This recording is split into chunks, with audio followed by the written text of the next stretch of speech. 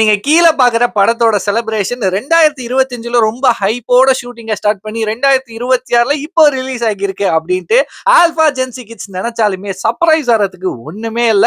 2010ல shooting ஆரம்பிச்சு 2011ல release ஆகி 2026ல release ஆகி இருக்கிற மங்காத்தாவோட செலிப்ரேஷன் ஸ்டார்டட்.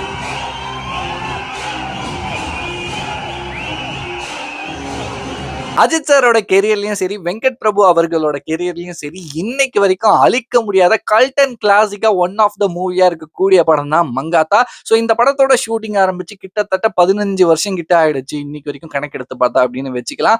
அப்படி இருந்தாலுமே இப்போ இருக்கக்கூடிய டைரக்டர்ஸ் மத்தியில நிறைய குழப்பம் இருக்கக்கூடிய ஒரு விஷயம் என்னன்னா, எப்படி வெங்கட் பிரபு அவர்கள் அஜித் சாரை கன்வின்ஸ் பண்ணாரு? எப்படி அந்த படத்தை எடுத்தாரு? மங்காத்தா மாதிரியான படம் எப்படி அந்த டைம்லயே அவரால எடுக்க முடிஞ்சுச்சு? அப்படின்ற மாதிரியான நிறைய கேள்விகள் இருந்துச்சு. அதே மாதிரி நம்மளும் நிறைய இன்டர்வியூஸ்ல பார்த்து தெரிஞ்சிருப்போம். ஏன்னா அந்த டைம்ல வந்து ஹீரோனா இப்படிதான் இருக்கணும், ஹீரோனா அப்படிதான் இருக்கணும், ஹீரோ வந்து வெறும் நல்லதை மட்டும் தான் செய்யணும், அவங்க தான் ஹீரோ அப்படின்ட்டு நிறைய பாயிண்ட் ஆஃப் வியூ அண்ட் நிறைய பெர்ஸ்பெக்ஷன் இருந்துச்சு. அது எல்லாத்தையுமே உடைச்சு மங்காத்தா மாதிரியான ஒரு படம் வந்துச்சு.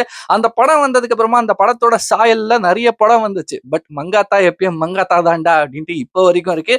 எப்போ மங்காத்தா 2 வரும், எப்போ மங்காத்தா மாதிரியான இன்னொரு படத்தை வந்து வெங்கட் பிரபு அவர்கள் எடுப்பாரு அப்படின்ட்டு நிறைய எதிர்பார்ப்பு இருந்தாலுமே மங்காத்தா எப்பயும் மங்காத்தா தான். நம்ம தமிழ் சினிமால ஒரு பருத்தி வீரன், ஒரு மங்காத்தா, ஒரு பாஷா, ஒரு கில்லி, ஒரு நாயகன் அப்படின்ற மாதிரி தான் இருந்துட்டு இருக்கு. சோ வரக்கூடிய வருஷங்கள்ல என்ன மாதிரியான படங்கள் வருது அப்படின்றதுமே வெயிட் பண்ணி பார்ப்போம். சோ மங்காத்தா படத்தை நீங்க தியேட்டர்ல போய் பாத்தீங்கன்னா எப்படி இருந்துச்சு, அந்த ரீ ரிலீஸ் வைப் எப்படி இருந்துச்சு அப்படின்றத மறக்காம என் கூட ஷேர் பண்ணிக்கோங்க.